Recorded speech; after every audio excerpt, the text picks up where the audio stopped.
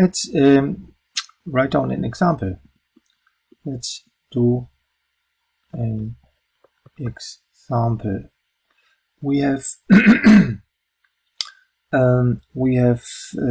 calculated a PID in last chapter 6 with Q0 is I have to look 2.845.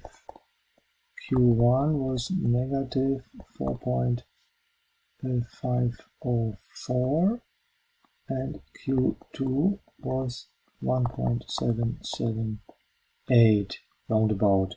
Yeah. Note that the coefficient of my PI, now the coefficient of the old output in my PID case, this P1 is 1. Yeah. So we can say P1 is 1. Then we can write the transfer function f of z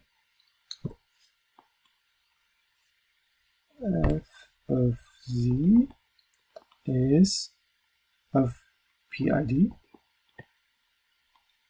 is division line. Here we have 2.845 minus 4.504 z to the power of minus 1 plus 1.778 z to the power of minus 2 divided by 1 minus z to the power of minus 1. Let's look on some properties of f of z. Properties which can be useful in our discussion of f of z. First, most discussions in control systems needs the DC gain. Very often we want to have the DC gain.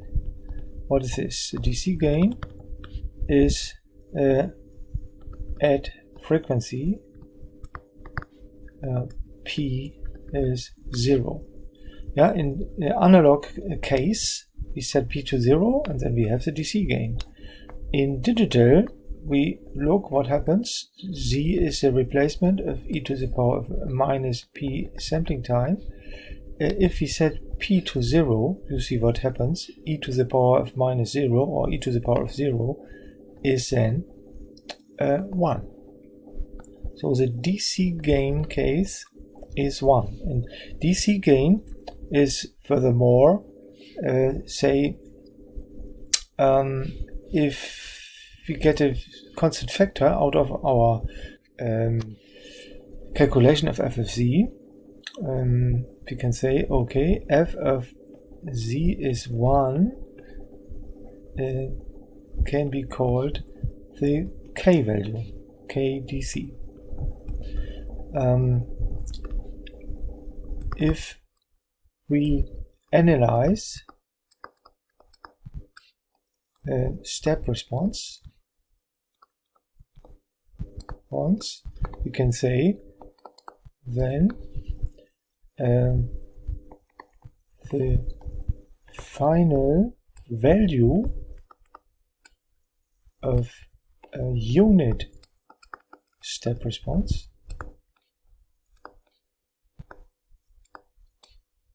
is, how large is the final value of a unit step response, is my DC gain, because the input is then 1 and DC constant 1, and this constant value 1 is multiplied with the DC gain giving kDC. So the final value of a step response is the same as the DC value. That's one point.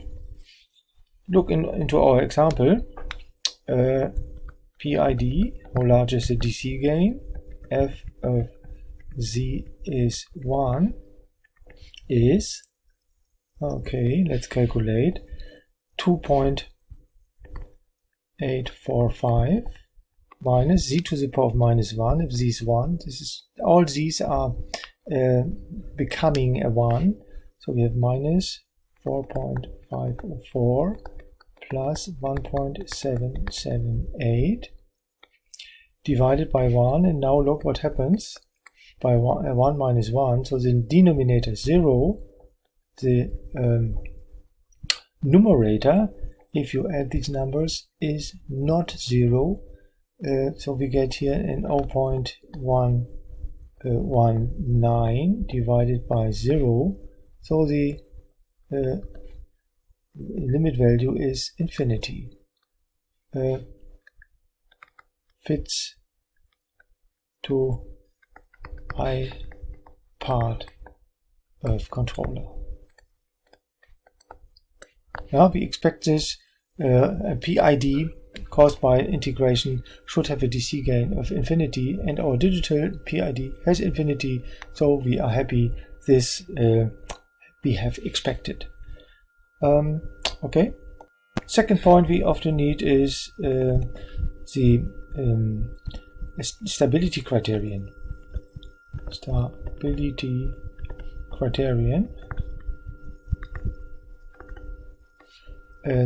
If we have a recursive form, note if our digital algorithm uses old output values to get a new output value, this is an internal feedback, and you can expect, just say P1 is 2 and all others are 0. What happens if P1 is 2?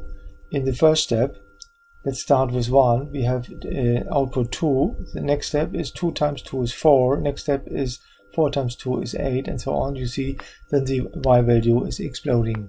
So there could be a possibility of unstable digital filters if we have a recursive form. Note, recursive filters can be unstable. So we need a good criterion to get a message of stability.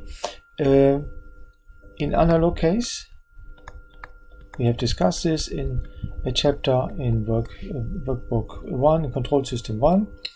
A filter, an analog filter, is stable if and only if all poles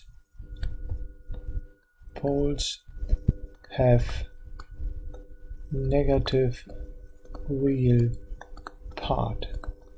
Yeah, we have developed this stability criterion. If there are poles, all the real part of the poles must have a negative sign. So, or in other words, the poles have to should be located in the left p-plane. Yeah, in digital we can find a simple one. In digital filter, we can find out. Yeah, note that our replacement plays a role. Yeah, if you look our replacement, we have to convert this statement for P, for the poles, into the Z-plane, the P-plane into the Z-plane, and I will show you in a nice picture how this works. So we can very simply note that if the real part of P is always negative, then this has a consequences for Z. The poles must have a magnitude which is smaller than 1. Digital filter stable if and only if all poles lay within the unit circle, within the unit circle. Or in other words, or you can say Z infinity magnitude must be smaller than 1. If Z infinity, so I have an index, if Z infinity I are the poles of f of c. So that's a fact. This we have to discuss, and I think I show you C examples on in our paper on page 24. Let's have a quick look on this page. That is a very good demonstration of the ratio, the relation between analog p-plane and digital z-plane. This is a nice picture discussing stability, because here on the top left side you see the p-plane with some examples of poles. Here in the bottom left part you see the c-plane with the same numbers of poles, and here you see the time domain, the impulse response of this system with poles. So look first, number one is a case where you see in the p-plane we have a complex pole pair on the left side of the p-plane. So this is stable, the amplitude goes down, and conjugate complex pole pair means if you have poles with imaginary part, we have an oscillation in the impulse response. Number two is the same, but here you see the frequency is smaller. Omega axis is this, the distance to the distance on the omega axis is smaller. Damping is the same. So you see here the frequency is larger. Case 3 is a stable real pole. Here you see this pole is located on the sigma axis. No complex parts are available. That means you have an exponential function which goes down. Look where these three poles, 1, 2, 3, are located in the z-plane. In case 1 we have a pole pair there. In case 2 we have a pole pair there. In case 3 we have a pole here. All three poles, 1, 2, 3, are located within the unit circle in the z-plane, so this leads to be stable. What is 4 for a case?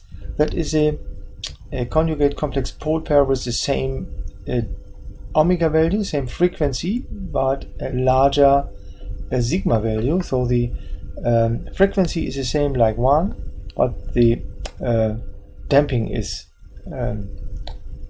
much larger.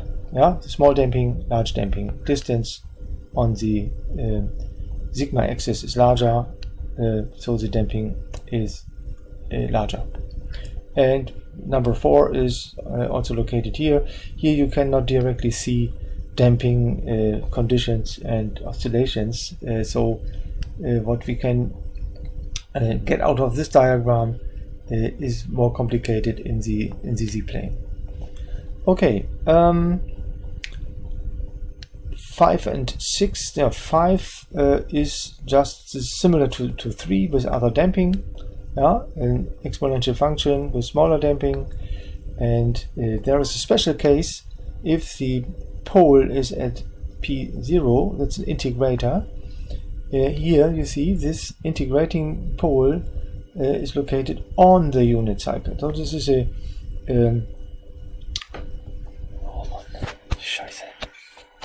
this is an integrator, and the integrator is a case between stability and instability. The border case. Okay. Back to this circuit. Now we see 7. 7 is also a special case. 7 is a pole here also located on the circle.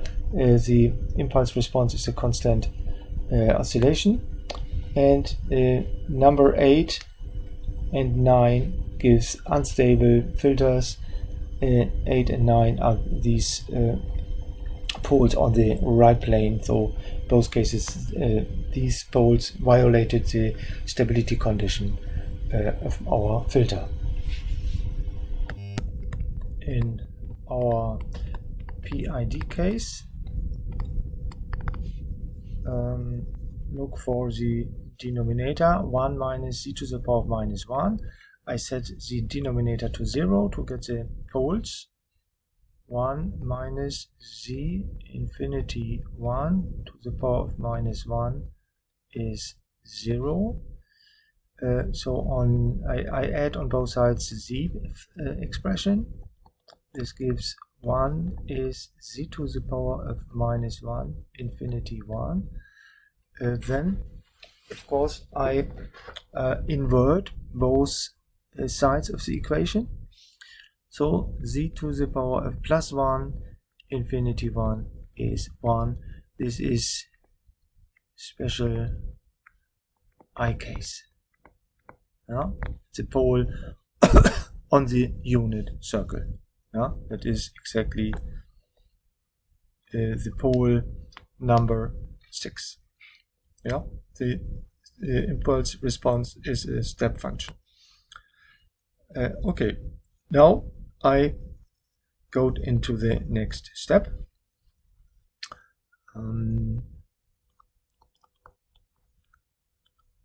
The idea is I want to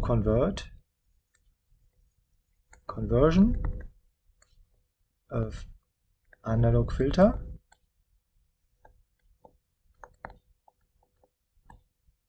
with given f of p into digital filter f of c. Yeah? If I find methods to convert my analog filter into digital one, then I have the possibility to program in my digital microprocessor or computer or anywhere. I can program any kind of filter I want to have if I know the analog version. Yeah, conversion of an analog filter f of p into a digital filter.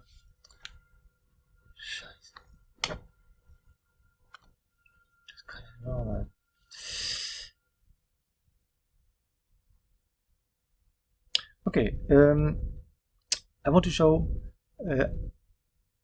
4 methods.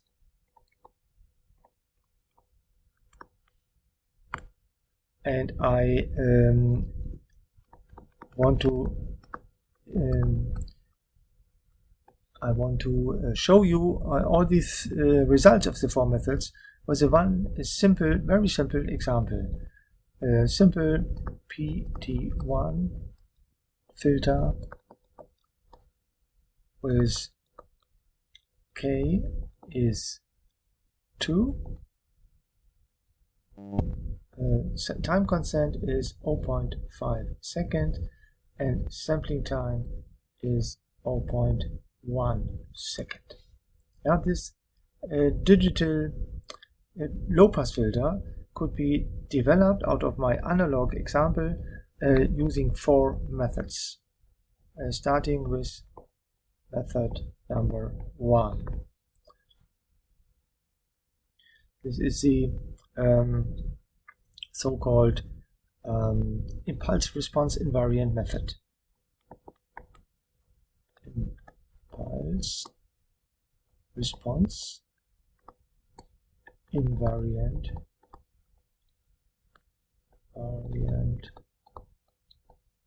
method or type of the filter. Okay, the idea is very simple. If I look into system design books, then I can find mostly Laplace tables, or Laplace conversion tables. Laplace tables can be extended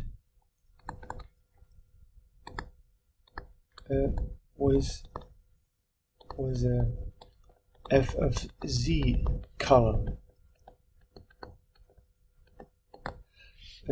See our paper, page 26. I have opened page 26, and here you can see, okay, those left columns are just typical Laplace tables. This is the time domain column, this is the frequency domain column, and here you see in this table a third column where you can find an f of z function. So this is a way you can find many tables who have these three columns. So each f of p has an f of z replacement, and we have to check if this gives a good filter or not. And I can tell you, in this method we just look into the table, look for my analog filter in the middle column, and take then the digital replacement of the right column, and then this gives this impulse invariant filter type. Let's show you what happens in our simple PT1 case. It is not alles nochmal. Page. Sorry for this. I need the page number. I have not the page number. It is 26. 26. See page 26. F of z, you can write it in the following way, is like a German z expression of f and p. That is the mathematical form to describe this. We can say, okay, this z, this capital Z with the parenthesis here, means look into table.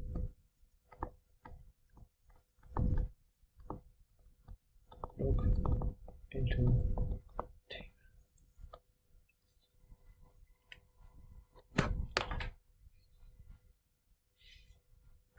So in our case, f of p is in a PT1 with K2, t is 0.5 second, is very simply written as 2 divided by 1 plus p times 0.5. So I have a function constant element in the numerator, and a 1 plus pt term in the denominator. Look into table, gives here a column which fits very good. That is here the 1, 2, 3, 4, 5, fifth position in my table. So we have here a replacement which I have to copy out of my table column on the right side. 1 over t, 1 in the numerator, and 1 minus e to the power of minus t sampling time divided by t times z to the power of minus 1. So I have to copy this value. So I write it down. F of z then is z to the z function of 2 divided by 1 plus p times 0.5, and the result then is, I have to open finally a page where I can copy it. Okay, is 1 over t, division line 1 in the numerator, and here 1 minus e to the power of minus sampling time divided by time constant multiplied with z to the power of minus 1. With our numbers, f of z of our simple low pass PT1 filter is 1 divided by 0.5 times 1 divided by division line 1 minus e to the power of minus 0.1 divided by 0.5 multiplied with z to the power of minus 1. This has to be calculated. The result, if I put this into my calculator, gives is 0.81873. So in total we can write this is 1 over 0.5 is 2 divided by 1 minus 0.81873. 3 times z to the power of minus 1. Okay, how can we test it? Testing with, the best is step response.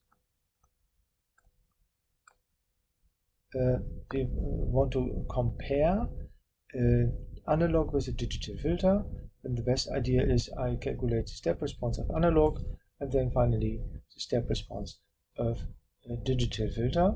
So first,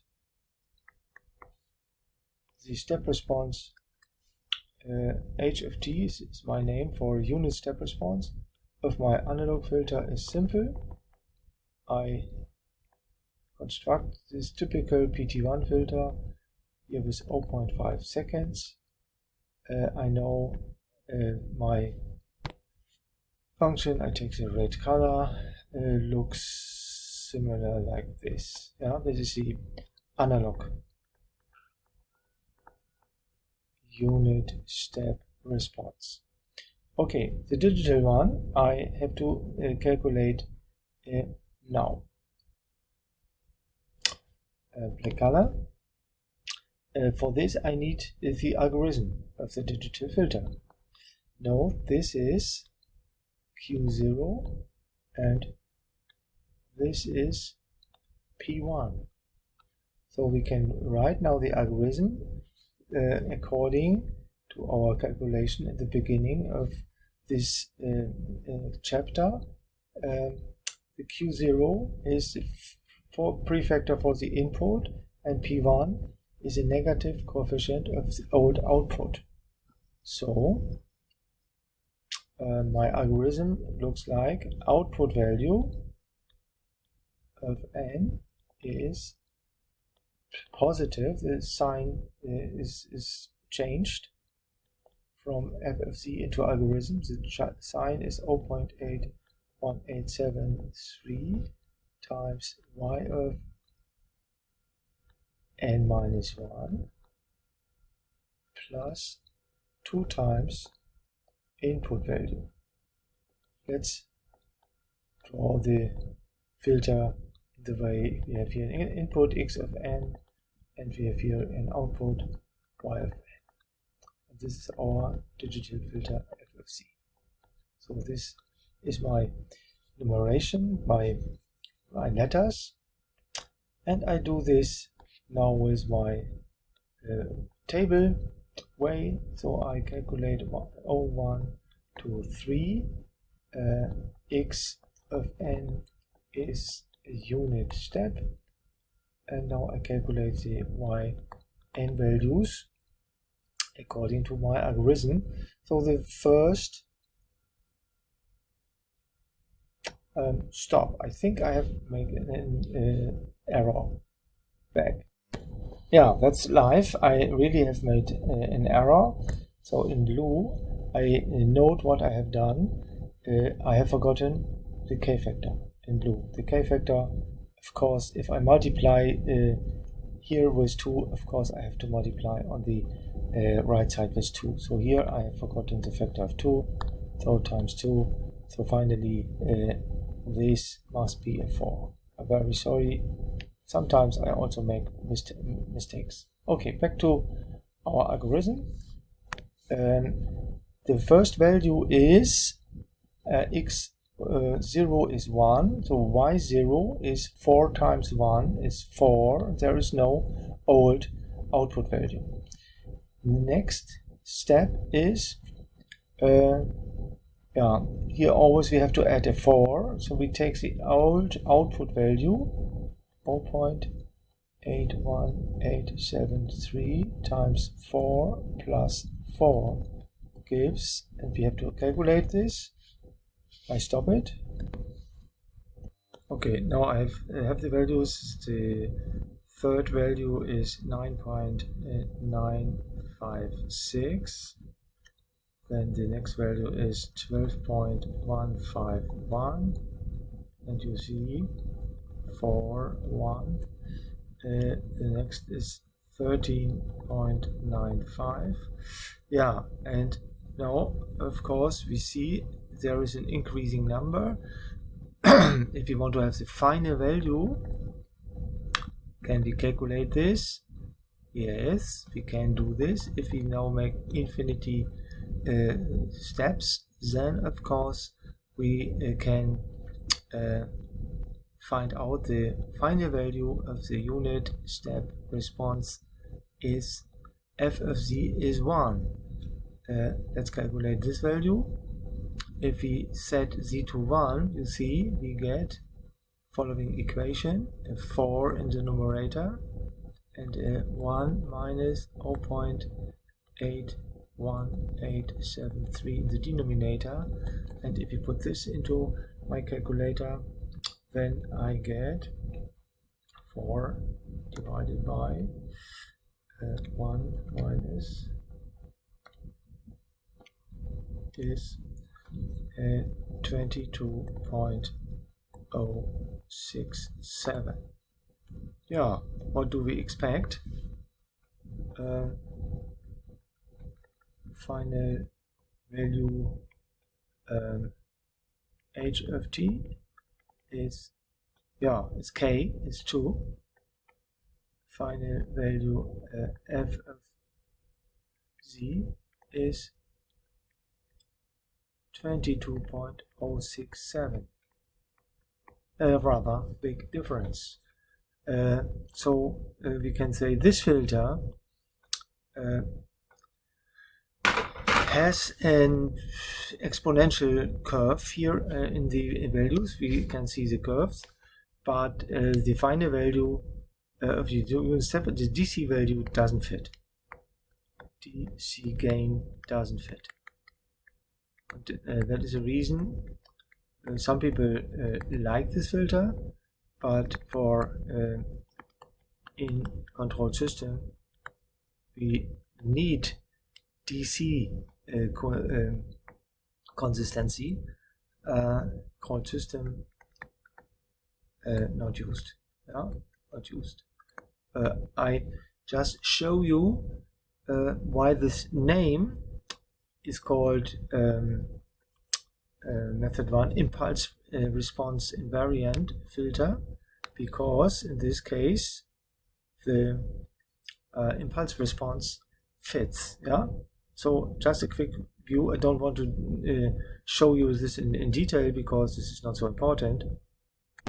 If I comparison of impulse response, note what I do. I have an analog filter f of p.